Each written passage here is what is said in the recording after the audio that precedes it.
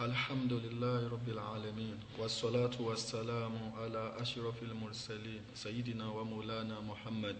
وعلى آله وصحبه ومن والاه. أيها الإخوان والأخوات، السلام عليكم ورحمة الله وبركاته. adọ́pẹ́ fún Ọlọ́run Ọba, atọrọ ìkẹ́ asitọrọ ìgẹ̀ fún aṣíwájú wa ànábì wa Muhammad sallallahu alayhi wa sallam. Abẹ́ Ọlọ́run Ọba Allah kí Ọlọ́run Ọba kí ó ṣe àlékún ìmọ̀nà wa, kí Ọlọ́run Ọba Allah kí ó dákun kó jọ kó má fi wá sílẹ̀ nígbà kọ̀ọ̀kan, kí Ọlọ́run Ọba kí ó máa ṣe àlékún ìtọ́sọ́nà rẹ̀ fún ẹnì kọ̀ọ̀kan wa. Ọlọ́run Ọba tó ti fẹsẹ̀ wá lé ojú ọ̀nà súnà ànábì sallallahu alayhi wa sallam. Abẹ́ Ọlọ́run Ọba Allah kí ó má jẹ́ kí ẹsẹ̀ wa kó yẹ̀ kúrò ní orí súnà tànábì sallallahu alayhi wa sallam títí láéláé. Ọlọ́run Ọba kó jẹ́ ká bá ànábì wọlé ọlá, kó jẹ́ ká bá ànábì wọlé ọlá. Mo wá kí gbogbo ẹ̀yin ojú tó ń wò mí àti etí tó ń gbọ́ mi lórí ètò wa Bayanul Haqqi, tí a ti ń ṣàlàyé ọ̀rọ̀ ẹ̀sìn, ọ̀rọ̀ tọ́lọ́run Ọba àti tànábì sallallahu alaihi wasallam fún àwọn ayé, tó sì pé ètò tí a gbé dání náà nìyẹn, kí Ọlọ́run Ọba Allah kó má pọ́n wá nípa láíláí. Ní ọ̀sán yìí pẹ̀lú àánú Ọlọ́run, èyí tí a máa gbé yẹ̀wò òun ni ọ̀rọ̀ kan tí ó ń sábà jà rìnrìn nílẹ̀ láàrin àwọn mùsùlùmí nípa ọ̀rọ̀ ànábì wa Ìsá alayhi salatu wassalam. Pé sí ànábì Ìsá ṣé ó ń padà bọ̀ àbí kò padà wá mọ́, ṣé kò ní wá mọ́? Kí ni ṣẹ̀ríà Islam sọ nípa rẹ̀? Kí ni Ọlọ́run Ọba Allah sọ nípa rẹ̀? Ọba tó ṣòfin, tó gbé kalẹ̀ fún wa, tó ní ká tẹ̀lé, tó sì rán ànábì sallallahu alaihi wasallam sí wa. Òjíṣẹ́ Ọlọ́run Ọba náà kí ló sọ nípa rẹ̀? Àbí wọn ò sọ nǹkan kan nípa ẹ̀ ni? So tó bá rí bẹ́ẹ̀, tó bá rí pé wọ́n sọ̀rọ̀ nípa rẹ̀, tọ́lọ́run bá sọ̀rọ̀ nípa rẹ̀, tó jíṣẹ́ Ọlọ́run sọ̀rọ̀ nípa rẹ̀, so torí pé wọ́n ti sọ pé ńgbà tá a bá ń ṣe fanfa fa'in tanaza'tum fi shay'in farudduhu ila Allahi wa rasuli, farudduhu ila Allahi wa rasuli. Tẹ́ bá ń ṣe fanfa lórí nǹkan, ẹ padà sọ́dọ̀ Ọlọ́run àtòjíṣẹ́. Inú Al-Qur'an àti inú hadisi Ànábì sallallahu alaihi wasallam ńlá padà sí. Eléyìí ni ó fún wa ní ìtọ́sọ́nà ní orí ẹ̀. So ní ṣókí, pẹ̀lú àánú Ọlọ́run Ọba, a fẹ́ sọ fún wa kí ni Ọlọ́run Ọba Allah kí ni ó sọ nípa eléyìí. So kí Ọlọ́run Ọba Allah sọ nípa rẹ̀. So a kà fún wa bí Ọlọ́run Ọba Allah bí ó sì sọ fún wa nípa pé ànábì wa Ìsá alayhi salatu wassalam ó ń padà bọ̀, tó ṣe pé kò ì tí ì kú, ó ń padà bọ̀. So torí pé mùsùlùmí, ibi tí Ọlọ́run Ọba Allah bá fi wá sí, tó jíṣẹ́ rẹ̀ tó bá fi wá sí, ibẹ̀ náà ni a dúró sí. A ní tayọ ààlà, torí pé kí ni gbogbo àwọn tí wọ́n bá tayọ ààlà gbogbo pátápátá wọn ó di ẹni ìbínú Ọlọ́run Ọba, k'Ọlọ́run Ọba kó má ṣe wá ní ẹni ìbínú rẹ̀. Kí l'Ọlọ́run Ọba sọ nípa rẹ̀? Kí l'Ànábì sallallahu alaihi wasallam sọ nípa rẹ̀? So eléyìí òun náà ni a tẹ̀síwájú lórí ẹ̀ pẹ̀lú àánú Ọlọ́run, tí a sì ní gbára wa lásìkò. Torí pé nǹkan tó ń jẹ́ mímọ̀ laisa bi kathrati riwaya. So kì í ṣe pé nígbà tá a bá tó ka gbogbo Al-Qur'ani tán, tá a kó ka gbogbo àdíìsì tán látò mọ̀ pé àti rí kókó ń tá a fẹ́ sọ rárá o. Ní tó ń jẹ́ mímọ̀ tó sì ń jẹ́ ìmánì, ó ní pé nígbà téèyàn bá ti gbọ́ ọ̀rọ̀ Ọlọ́run Ọba, walau kana kalima, kó yà kó jẹ́ kẹ́lì, walau kanat kalima, kó jẹ́ kẹ́lìmà ẹyọ kan péré ni. So téèyàn bá ti gbọ́ tó yéèyàn, téèyàn sì mọ̀ pé Ọlọ́run Ọba ló sọ̀rọ̀ yìí o, àbí téèyàn pé Ànábì sallallahu alaihi wasallam ló sọ yìí, ó ti dọ̀nà èèyàn fún yàn láti gbàgbọ́ kó sì dúró sórí ẹ̀ pẹ̀lú ilmul yaqin, pẹ̀lú ìmọ̀ tó dájú. Eléyìí gangan ló ń jẹ́ ìmánì, eléyìí gangan lèèyàn fi ń jẹ́ mùsùlùmí òdodo. Nípa báyà nígbà wa lásìkò, a mú ẹ̀rí wá láti inú Al-Qur'an al-Karim, a sì ka àwọn àdísì díẹ̀ náà nípa rẹ̀ tí a fi clear ìrújú tí ó bá wà fún àwọn èèyàn tí wọ́n sì ní ìrújú nípa pé sí ànábì Ìsá ń padà bọ̀ àbí kò padà wá. Kí lẹ́sìn wa sọ nípa rẹ̀? Ẹ bá mi lọ sínú Al-Qur'an, Suratun Nisa, àyà 157 títí dé 159. Ọlọ́run Ọba Allah ń sọ bẹ́ẹ̀ pé a'udhu billahi minash shaytanir rajim. Bismillahir rahmanir rahim. Wa qawlihim inna qatalna al-masiha Isa ibn Maryam rasulallah wa ma qataluhu wa ma salabuhu walakin shubbiha lahum وإن الذين اختلفوا فيه لفي شك ما لهم به من علم إلا اتباع الظن وما قتلوه يقينا بل رفعه الله إليه وكان الله عزيزا حكيما وإن من أهل الكتاب إلا ليؤمنن به قبل موته ويوم القيامة يكون عليهم شهيدا. Ọlọ́run ọba Allah ń sọ mí báyìí ní Quran Suratul Nisa Quran chapter 4 ayah 157 to 159. Ọlọ́run ní wa qawlihim ọ̀rọ̀ wọn tí wọ́n ń sọ àwọn Yahudi inna qatalna al-Masiha Isa bin Maryam pé dájúdájú àwa ti pa Isa ọmọ Maryam tí í ṣe Jésù Rasulallah òjíṣẹ́ Ọlọ́run ọba wa ma qataluhu. Ọlọ́run ọba Allah wa ń sọ láti inú Al-Qur'an pé wọ́n pa o wa ma salabuhu wọn ò sì kán má gbélébù walakin shubbiha lahum ṣùgbọ́n àwọ Ọlọ́run ọba àdàrú mọ́ wọn lójú ni. Wa innal ladhina ikhtalafu fihi la fi shakkin minhu gbogbo àwọn tí wọ́n sì ń ṣiyèméjì tí wọ́n ń jiyàn lórí pé ṣé wọ́n pa ni àbí wọ́n pa ni orí iyèméjì ni wọ́n wà o. Gbogbo àwọn tí wọ́n ń ṣe fanfa tí wọ́n ń yapa ẹnu lórí pé wa innal ladhina ikhtalafu fihi àwọn tí wọ́n ń yapa ẹnu nípa rẹ̀ pé wọ́n pa wọ́n ṣe gbá la fi shakkin minhu orí iyèméjì ni wọ́n wà kò dá wọn náà lójú. Ma lahum bihi min ilmi wọn ò nímọ̀ kankan nípa rẹ̀ illa ittiba'a dhanni àyàfi kí wọ́n tẹ̀ lábàá ni àbá lásán ni pé wọ́n pa ànábì Isa alayhi salatu wassalam wọn ò pa wọn ò sì kàn má gbélébù. Ọlọ́run tún wá sọ pé wa ma qataluhu yaqina pẹ̀lú ìdánilójú wọn ò pa ànábì wa Isa alayhi salatu wassalam. Kí ló wá ṣẹlẹ̀? Ọlọ́run ní bal rafa'ahu Allahu ilayhi Ọlọ́run ní àwọ Ọlọ́run ọba fúnra ara rẹ̀ ló gbé wá sọ́dọ̀ ara rẹ̀. Ọlọ́run gbé ànábì Ìsá ó gbé tẹ̀mí àti bọ́dì lọ sọ́dọ̀ ara rẹ̀ direct. Rafa'ahu Allahu ilayhi Ọlọ́run gbé lọ sọ́dọ̀ ara ẹ̀ ní àtẹ̀mí rẹ̀ àti bọ́dì rẹ̀ Ọlọ́run gbé kúrò ńlẹ̀ pátápátá ó gbé lọ sí ọ̀dọ̀ rẹ̀ ní sánmà lọ́hùn. Wa kana Allahu azizan hakima tí wọ́n bá ní kò possible Ọlọ́run ní jẹ́ kó yí ẹ pé azizan dájúdájú tó rọ́lọ́run ọba tó ṣe pé alágbára ni hakiman ọ̀jọ̀gbọ́n sì ni so ó lágbára láti ṣe gbogbo nǹkan. Ọlọ́run wá ń tẹ̀síwájú Ọlọ́run ní wa in min halil kitabi illa la yu'minanna bihi qabla mawti kò wá sẹ́nì kankan nínú àwọn onítìrà Yahudi ni àbí Nasara ni o illa la yu'minanna bihi àyàfi kí wọ́n ó gbàgbọ́ illa la yu'minanna bihi àyàfi kí wọ́n ó gbàgbọ́ wọ́n gbọ́dọ̀ gbàgbọ́ ni ọ̀ranyàn ni qabla mawtihi síwájú kánábì Ìsá kó tó kú. Wọ́n gbọ́dọ̀ gba ànábì Ìsá gbọ́ síwájú kó tó ṣe kíni kó tó kú tó ní mọ̀ sí pé nísìn kò tí ṣe kíni kò tí ì kú. Ọlọ́run ní gbogbo lórí ilẹ̀ ògùn ní sẹ́kẹ̀ nìkankan nínú àwọn alùpùpù kìtàbí yẹ ni pé ńgbà tánábì Ìsá alayhi salatu wasalam tó bá padà dé wípé pé dídé rẹ̀ kàyéfì ni yóò sì wá sọ fún wọn pé wọn ò sí lórí ìlànà kankan pé gbogbo àwọn tó ń pè kírísítẹ́nì làwọn ń ṣe Jésù làwọn ń tẹ̀lé wọn ò sí lórí ìlànà kankan so yóò sì bá wọn jà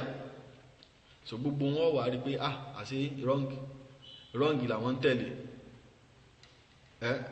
wrong place làwọn wà so wọn wà gbogbo wọn padà sínú Islam. Lọ́lọ́run bá láàfin sọ wípé wà ń mí ní alil kitab kò ní sẹ́pẹ́ nìkan nínú àwọn tá a fún ní tírà illa la yu'minanna bihi àyàfi kí wọ́n ó gbàgbọ́ qabla mawtihi síwájú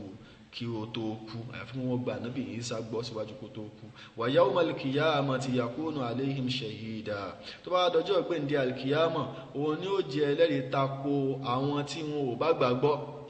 tí wọ́n fi kú kó tó di pa Ànábì Ìsá dé. Gbogbo àwọn ìyá mọ̀ páwọn ẹlòmíì ti lọ ó di pa Ànábì Ìsá ó sọ̀kalẹ̀ ní ìsìn àwọn ẹlòmíì ó ti kú gbogbo àwọn tí wọn ò nígbàgbọ́ tó jẹ́ pé wọ́n ń ṣèranù míì ni tí wọ́n rò pé Ìsá làwọn ń tẹ̀lé Ànábì Ìsá yóò jẹ́rìí tako wọn. Eléyìí ó dá wa lójú pé Ọlọ́run ọba sọ pé wọn àgbà kọ̀ǹfàmù ní Al-Qur'an ní Ọlọ́run ọba Allah ló fi wá fọ Ànábì wa Ìsá ló fi wá fọ mọ́ ó jẹ́ kó yé wa pé àwọn Yahudi tí wọ́n ń lérí bá wọn pa Jésù ànábì Ìsá alayhi salatu wa salam, Ọlọ́run ni wọn ò pa o, wọn ò rí pa, wọn ò sì kàn má gbélébù. So kìí sá ànábì Ìsá ni wọ́n kàn má gbélébù, nǹkan míì ni wọ́n kàn má gbélébù. Wọn ò pa, wọn kàn má gbélébù. Ọlọ́run clear ẹ̀ fún wa. Ọlọ́run tún wá ń sọ pé wà máa qataluhu yaqinan, tawkidi tó lágbára. Ọlọ́run sọ pé a ní wọn àpá pẹ̀lú ìdánilójú. Tọ́lọ́run bá ṣẹ̀ṣẹ̀ fi yaqinan sí ńkọ́, ṣe nígbà tọ́lọ́run sọ pé wọn pa yẹ ṣe àti gbàgbọ́ ni. Àbí ta ni ó sọ pé tọ́lọ́run bá sọ òrí bẹ́ẹ̀? Ẹni tó bá sọ pé tọ́lọ́run bá sọ òrí bẹ́ẹ̀ kèfèrí lẹ́ni yẹn. So Ọlọ́run ni wọn pa, wọn sì kàn má gbélébù. Ọlọ́run ni wà máa kọ́ta iná lẹ̀dí iná kìtàlà fúnfì, àwọn tí wọ́n ń dispute nípa rẹ̀ láfi ṣákín mínú inú òye méjì ń dáùtù ni wọ́n wà, àwọn náà kàn ń sọ ni. Àbí àwọn kírísítẹ́nì sọ pé Jésù wọn ti pa, ó ti kú fẹsẹ̀ wa, irọ́ ni. So àwọn gan kí ni ìdánilójú? So wà máa qataluhu yaqinan, Ọlọ́run wá ní pẹ̀lú ìdánilójú èmi Ọlọ́run bá tójú mi kàtà tó kálé tó kàtà tó mọ gbogbo nǹkan tó mọ tó pamọ́ àti tó hàn, mo sọ fún yín pé wọ́n pa pẹ̀lú ìdánilójú. Ọlọ́run kí wá ló ṣẹlẹ̀ sí bal rafa'ahu Allahu ilayhi,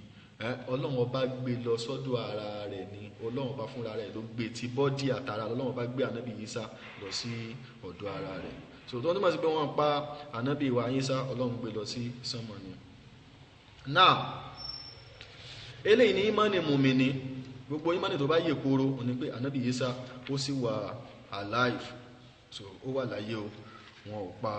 ànábì Ìsá alayhi salatu wassalam. Now ìjiyàn tó wá máa ń wáyé nípa rẹ̀ ó ní pé ọ̀rọ̀ tó ń bẹ nínú Suratu Ali Imran verse 55 kọ́ verse 55, ọ̀rọ̀ tó ń bẹ ń bẹ, so ó máa ń mú àwọn èèyàn kan jiyàn lára àwọn èèyàn tí wọ́n sì pera wọn ní mùmínì ní mùsùlùmí. So wọ́n á ní ànábì Ìsá Ọlọ́run ti pa, àwọn náà gbà pé àwọn Yahudi ò pa o, ṣùgbọ́n wọ́n á sọ pé Ọlọ́run bá ti pa fúnra rẹ̀, kò dẹ̀ ní padà wá mọ́. So àwa mú ibi tí àwọn tí wọ́n ń sọ ilé yìí, àmọ́ ibi tí wọ́n ti rí wípé àwọn tá a mọ̀ pé wọ́n ń sọ àwọn ọ̀rọ̀ yẹ, àwọn ni àwọn kèfèrí, àwọn ni wọ́n ń sọ. So àtàwọn kan tí wọ́n jẹ́ kèfèrí náà tí wọ́n ò sí nínú Islam, bí àwọn Qadianiyya tí wọ́n ń pè wọ́n ní Ahmadiyya. So àwọn ẹ̀yẹ náà tún sọ bẹ́ẹ̀. So àwọn ẹ̀yẹ ò dẹ̀ sí nínú Islam, wọ́n yé ṣe mùsùlùmí, wọ́n jẹ́ Qadianiyya ni wọ́n ń pè wọ́n káàkiri àgbáyé. Nínú Nàìjíríà náà ti ń pè wọ́n ní Ahmadiyya. So wọ́n kì í ṣe mùsùlùmí, wípé ẹni tó dálẹ̀ ó kílèmù pánàbí ni òun tó ń bẹ nínú ìwé wọn. So tọ́lọ́wọ́n bá sì sọ wípé ànábì sallallahu alaihi wasallam ní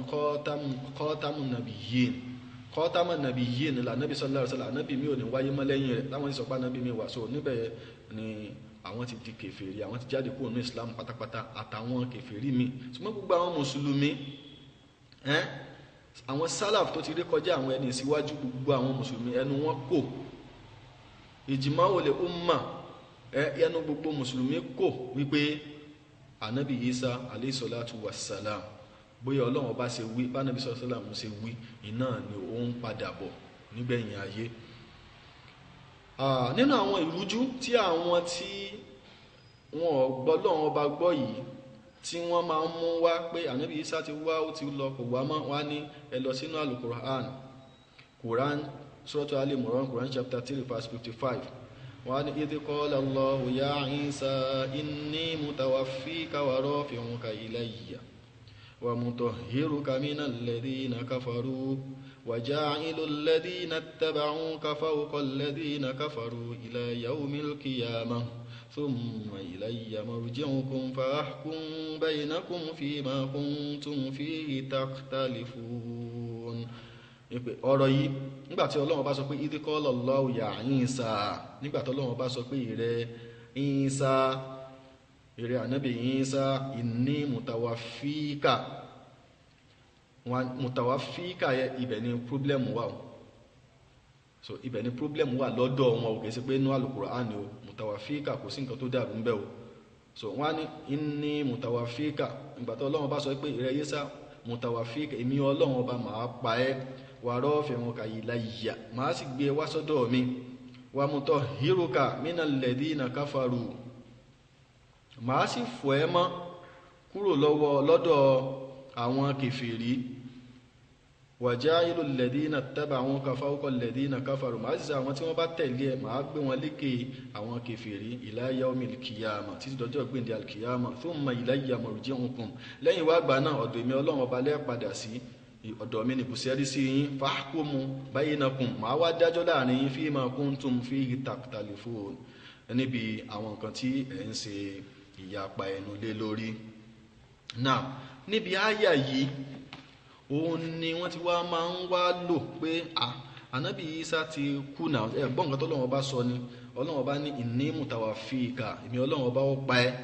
wa rafi'uka ilayya tí n bá wá pa ẹ́ tán màá wá gbé ẹ wá sọ́dọ̀ mi wa mutahhiruka minal ladina màá sì fọ̀ ẹ́ mọ́ so wọ́n á ní mutawaffa yẹ so gbólóhùn mutawaffika tó wà ń bẹ̀ yẹ ó máa ń túmọ̀ pípa ó sì máa ń túmọ̀ oorun kí ni gbólóhùn mutawaffa gangan tú mi ò fẹ́ tú fún rárá mi mo fẹ́ lọ sínú alukurani gangan kálùkùránì gangan fún rárá rẹ̀ kó tú mutawaffa náà ẹ bá ń lọ sínú suratu Zumar aya 42 kí ni túmọ̀ tawaffa so tá bá mọ̀ túmọ̀ tawaffa a lè padà sínú aya ìtànkà lọ yìí náà suratu Zumar Quran chapter 39 verse 42 Ọlọ́run bá sọ ń bẹ̀ pé wa in minha nam Ọlọ́run bá sọ ń bẹ̀ wípé Allahu yatawaffal anfusa hina mautiha Allahu yatawaffal anfusa hina mautiha wallati lam tamut fi manamiha Ọlọ́run ni ọba tó ṣe pé yatawaffal anfusa ó ń tàwáfà àwọn ẹ̀mí hina mautiha nígbàtí àsìkò ikú rẹ̀ bá tó yóò tàwáfà rẹ̀ ó ń túmọ̀ sí pé tàwáfà wọ́n ń lò fún ikú Ọlọ́run bọ́ pààyàn pátápátá ní ikú mautu hakiki ikú tòdodo téèyàn ó kú tí ò ní jí mọ́ bákan náà wallati lam tamut fi manamiha Ọlọ́run tó ń tàwáfà èèyàn náà ẹ tí ò tí ì kú fi manamiha nígbà tó bá sùn so wọ́n ń lo tàwáfà fún sísùn wọ́n ń lò fún ikú so méjèèjì ni wọ́n ń lò fún so kó tún lè bá yé wa dáadáa ẹ jẹ́ á lọ wo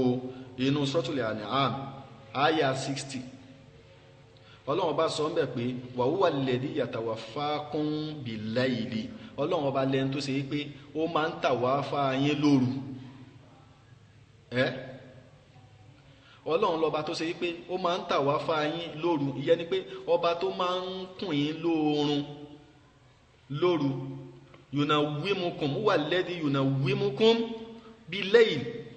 ọba tó máa ń kùn yín lóorun ní òru òun ni Ọlọ́run ọba so tàwáfà ń bẹ̀ yẹ kí ni wọ́n ṣe kíkùn lóorun òun ni wọ́n lò fún lọ́lọ́run ọba Allah fúnra ara yẹ lò fún so tó ń túmọ̀ sí pé so gbólóhùn tàwáfà kò túmọ̀ sí pé tí wọ́n bá ti lo tàwáfà ó ti ikú náà ni rárá o so Ọlọ́run ọba ń lò fún oorun ó ń lò fún ikú méjèèjì ni Ọlọ́run ọba ń lò fún náà nínú àyà yìí ní àyà 60 nínú Suratul An'am yìí Ọlọ́run ọba ní wa huwa alladhi yatawaffakum bil-layl Ọlọ́run ọba aláàlẹ́ tó ṣe wípé ó máa ń tàwáfà yín lóru òun ló máa ń kùn yín lóorun lóru wa ya'lamu ma jarahtum bin-nahar ó sì mọ sẹ́tẹ̀ ń ṣe lọ́sàn-án thumma yab'athukum fihi lẹ́yìn ìwà àgbáyé tó bá ti tàwáfà yín lóru tán ìyẹn ni pé tó kùn yín lóru tán yab'athukum fihi yóò tún wá gbé yín dìde láàárọ̀ ọjọ́ kejì liyuqda ajalun musamma nítorí kí wọ́n lè bá a lo ọjọ́ tọ́lọ́run bá ti kọ pé wọ́n ó kú láyé kí wọ́n lè bá a lò pé thumma ilayhi marji'ukum lẹ́yìn náà ọ̀dọ̀ rẹ̀ iná ni ibùsẹ́rí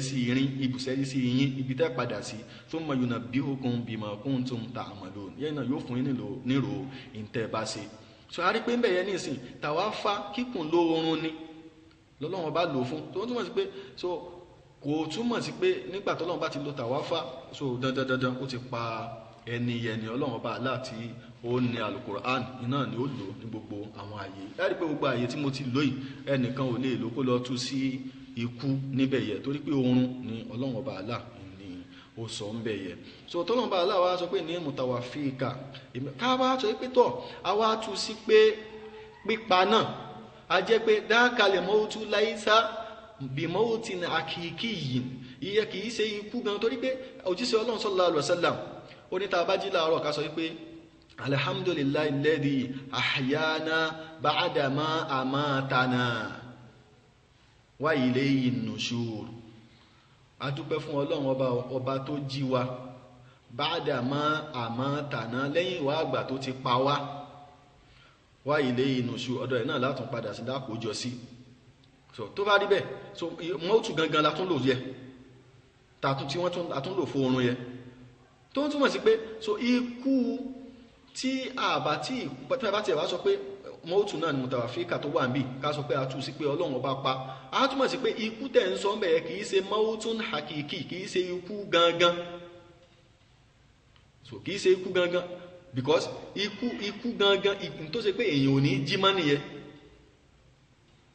so in tó wà níbí kìí ṣe ikú gangan ẹlẹ́kejì ni pé tá a bá wà gbàlẹ́ òtá ti sọ pé mutawafa ikú gangan ni ẹ̀hẹ́n so a jẹ́ pé tàwáfà yẹ lẹ́yìn ìgbà tánàbí Ìsá bá sọ̀kalẹ̀ tọ́lọ́run bá ní kó sọ̀kalẹ̀ padà tán tó wá lo 40 years tó jí sí Ọlọ́run sallallahu alaihi wasallam tó ní ànábì Ìsá yóò ń padà bọ̀ ó máa wá lo 40 years láyé kó tó di pé yóò kú so yóò sì ṣe àwọn ẹsẹ̀ takuntakun lórílẹ̀ ayé yìí so a jẹ́ pé tàwáfà eléyìí tẹ́ bá sọ pé kíkú pátápátá ni ìyẹn ni pé lẹ́yìn ìgbà tó bá sọ̀kalẹ̀ láti sánmọ̀ Ọlọ́run ọba ó ṣẹ̀ṣẹ̀ wá tàwáfà rẹ̀ yóò ṣẹ̀ wá pa pátápátá so torí pé níbí báyìí lè sọ pé nítorí pé Ọlọ́run ọba sọ pé inni mutawafika èmi Ọlọ́run ọba máa pa ẹ́ wà rọ́ọ̀fì ń ka ìlàyà máa gbé wá sọ́dọ̀ mi wáò tó wà ń bẹ̀ yẹ kò túmọ̀ wáò kò kí ń ṣe tertib lọ́dọ̀ àwọn elédè tí n bá sọ pé jaha Ibrahim wa Ismailu wa Ishaq jaha Ibrahimu wa Ismailu wa Ishaq orúkọ wo ni mo kọ́kọ́ dá Ibrahim ni mo kọ́kọ́ dá mo wá ní já Ibrahim lẹ́yìn wá gbà rẹ̀ mo tún ní Ismail lẹ́yìn náà mo tún sọ wípé Ishaq kò túmọ̀ sí pé orúkọ tí mo kọ́kọ́ dá yẹ wá ò tó wà ń bẹ̀ yẹ kò túmọ̀ sí pé orúkọ tí mo kọ́kọ́ dá yẹ ló kọ́kọ́ wá ló kọ́kọ́ dé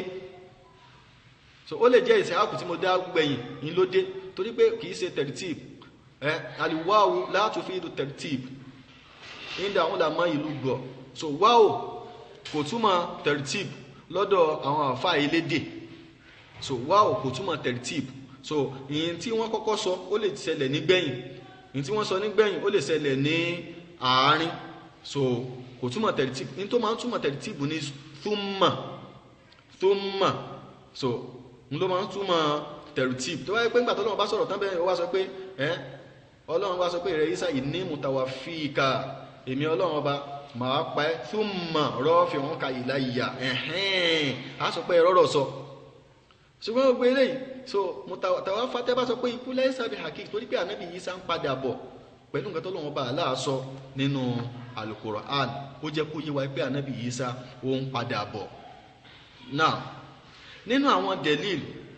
so eléyìí ó clear tàwáfà yẹ so ó túmọ̀ sí pé kò ń ṣe dandan kó o lò fún ikú so ó lè má kò ń ṣe ikú so tẹ́bàrẹ̀ sọ pé ikú ni kì í à ń lo ikú náà fúnra wa pé Ọlọ́run pa wá lánàá ó jí wa láàárọ̀ yìí ṣé àwa kúkú gidi ni so ikú ti bí tó jẹ́ pé nígbàtí a ṣe àyàtú barzak ìyẹ ikú ọ̀tọ̀ nìyẹn so ikú ikú pátápátá nìyẹn téèyàn nìkan ò ní tó bá ti kú yẹ ó tún di alùkìyàmà so ìyẹ là ń sọ pé ànábì Ìsá kò tí ì kú ikú yẹ torí Ọlọ́run ọba aláàfin ń sọ àwa náà rí pé ọ̀rọ̀ tó wà ń bẹ̀rẹ̀ ní tó special ni Ọlọ́run inni mutawafika tó bá yẹ pé ikú tá à ń kú náà ni kí ló dé tọ́lọ́run ṣẹ̀ṣẹ̀ tó máa sọ fún pé inni mutawafika èmi Ọlọ́run ọba pa ẹ́ wà rafi'uka ilayya máa wá gbé wá sọ́dọ̀ mi nígbà tó jẹ́ pé a ti mọ̀ pé nǹkan kan náà ni Ọlọ́run ọba máa ń pa wá náà ni ó dẹ̀ máa ń gbé wa sí ọ̀dọ̀ wa ó dẹ̀ máa ń pa àwọn èèyàn máa ń mú wa sọ́dọ̀ ẹ̀ náà ni so kò lè jọ wá lójú ṣùgbọ́n torí pé nǹkan bẹ́ẹ̀ Ọlọ́run specialize ẹ̀ ni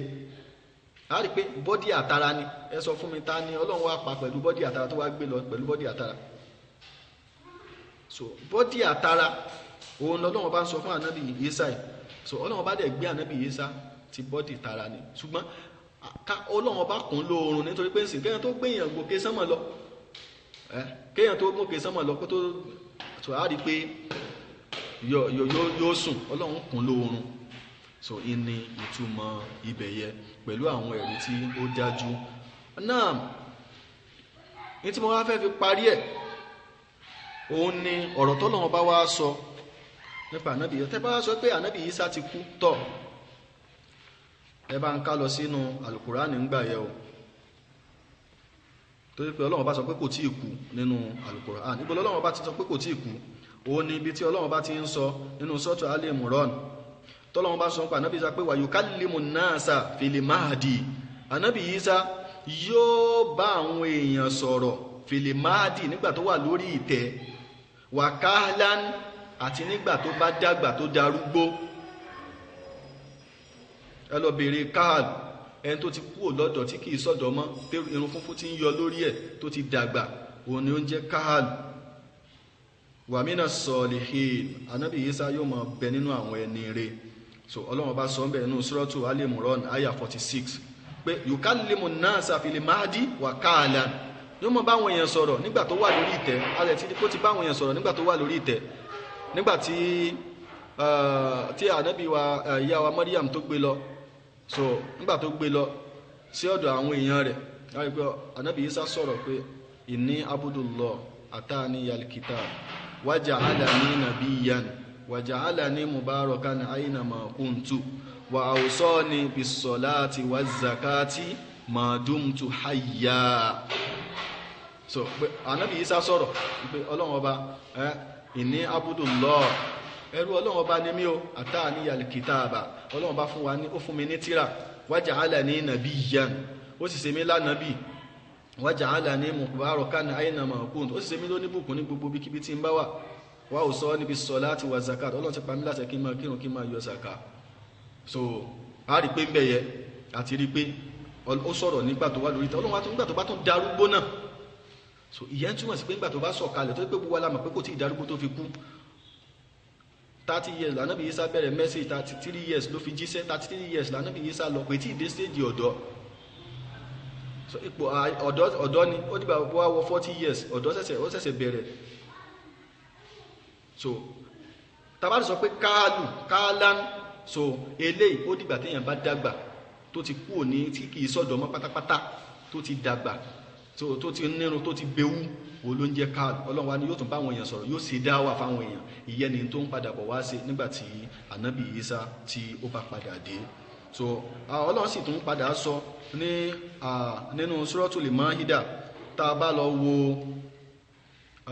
àyà 110, Ọlọ́run bá ní etíkọ́lọ̀ lọ́wọ́ yà ní tó bá dọjọ́ gbẹ̀ndé alkiyama yawma yajma'u Allahu, láti 109 kágbèdé 110, yawma yajma'u Allahu rusul, lọ́jọ́ tọ́lọ́run ó kó gbogbo àwọn òjíṣẹ́ tí ó kó wọn jọ sọ́dọ̀ rẹ̀, fayaqul, Ọlọ́run bó wà máa sọ fáwọn òjíṣẹ́ pé madha ujibetum, báwo ni wọ́n ṣe dá làwọn èèyàn tẹ́ lọ bá tí mo rán yín sí, báwo ni wọ́n ṣe dá yín lóhùn sí láyé. Qalu, Ọlọ́run bá tó mọ̀ tó tún bí wọn. So qalu, àwọn òjíṣẹ́ wà sọ pé la ilma lana, àwọn onímọ̀ kankan, innaka anta allamul ghuyub, wọ́n ló mọ gbogbo tó pamọ́, nígbà tá ti kú lọ́dọ̀ wọn àmọ́ nǹkan tó ń ṣẹlẹ̀ mọ́. Idh qala Allahu ya Isa, Ọlọ́run bó tún wá sọ pé ìrẹ Isa ibn Maryam, Ọlọ́run wà dáhùn pé wípé udhkuru ni'mati, rántí dẹ̀ra mi tó ń bẹ lórí rẹ̀, alayka wa ala walidatika, àti lórí àwọn òbí rẹ̀, idh ayyadtuka bi ruhil qudus, nígbà tí mo ràn ẹ́ lọ́wọ́, tí mo fi ẹ̀mí mímọ́ tí mo fi ràn ẹ́ lọ́wọ́, tukallimu nnasa fil mahdi, tó ń bá àwọn èèyàn sọ̀rọ̀ lórí ìtẹ́, wa kahlan, àtìgbà tó dàgbà tó darúgbó tó tún bá àwọn èèyàn sọ̀rọ̀. So ó ń túmọ̀ sí pé ìgbà yẹn ni ìgbà ilé ẹ̀kejì tó bá wá yóò ṣẹ̀ṣẹ̀ wá lo káàlù rẹ̀ tó dàgbà tó darúgbó yẹn. So òun ni ìyẹn ni wọ́n fi bí nígbà tí wọ́n sọ fún wakila lil Hussein bun al-Fadl, wọ́n sọ fún àfáwà Hussein al-Fadl pé alitajidu nuzula inza fil Qur'an, so orí sí sọ̀kalẹ̀ pé ànábì Ìsá sọ̀kalẹ̀, so wà ní al-Qur'an. Qala na'am, àfáwà Hussein bun al-Fadl ó ní bẹ́ẹ̀ ni, ó ní wa kahlan, ó ní walam yaktahil fi dunya. So Ọlọ́run bá sọ pé nígbà tó bá darúgbó, kò sí ìdarúgbó tó fi di pé Ọlọ́run bá gbé lọ sí sánmà, wa innama ma'nahu wàkálà tó wà ń bẹ̀ yẹ ba'da nusulihi minas samai kó tó wá darúgbó yẹ ní pé lẹ́yìn ìgbà tí ó bá sọ̀kalẹ̀ láti sánmà. So ẹgbà wa látọ̀dọ̀ òjíṣẹ́ Ọlọ́run sallallahu alaihi wasallam tí Abu Hurairah gbà wá wọ́n ní ànábì wa Ìsá yóò sọ̀kalẹ̀, so yóò sì lo 40 ọdún, yóò lo 40 years. Ó wá ní 40 years yẹ yóò dàbí ka arba'in sanawat, gẹ́gẹ́ bí ọdún 4 ni ó ṣe rí, torí pé àwọn èèyàn wà nù ìdùnnú. So inshallah a máa tẹ̀síwájú ní tó bá di apá kejì nínú ọ̀rọ̀ tí à ń sọ nípa ìsọ̀kalẹ̀ ànábì wa Ìsá alayhi salatu wassalam. kọ́lọ́run bá lá kí ó dá ẹ̀mí ẹ̀kọ́ kan wá sí, kí Ọlọ́run bá kí ó dákun kójọ kó ṣe àlékún àgbọ́yé ọ̀rọ̀ rẹ̀ fún wa. kọ́lọ́run bá kí ó ṣe kí ni ìdájọ́ rẹ̀, iṣẹ́ wo ni yóò wá ṣe, dẹ̀ kí ni ìdájọ́ ẹni tí ò bá gbàgbọ́ pé ànábì Ìsá ń padà bọ̀ nínú Islam. So gbogbo eléyìí ni a kà fún wa tí àwa náà tí a sì dúró sórí ibi tí Ọlọ́run bá là ní ká dúró sí, eléyìí tí ìmánì Islam gbọ́dọ̀ dúró sí orí rẹ̀, tí Islam tọ́lọ́run bá là tó sọ fún wa, tó ti sọ Ọlọ́run náà sọ fún wa pẹ̀lú àwọn hadith mutawatirọ̀. Kí làwọn àfáìsìn àwọn salaf àtàwọn khalaf kí ni wọ́n ti sọ, kí ni wọ́n sọ nípa rẹ̀. So gbogbo nǹkan ni a kà fún wa nígbà tó bá di inú apá kejì èyí sísọ̀kalẹ̀ ànábì Ìsá alayhi salatu wassalam. wa sallallahu ala sayyidina Muhammadin wa ala alihi wa sahabihi wa sallam.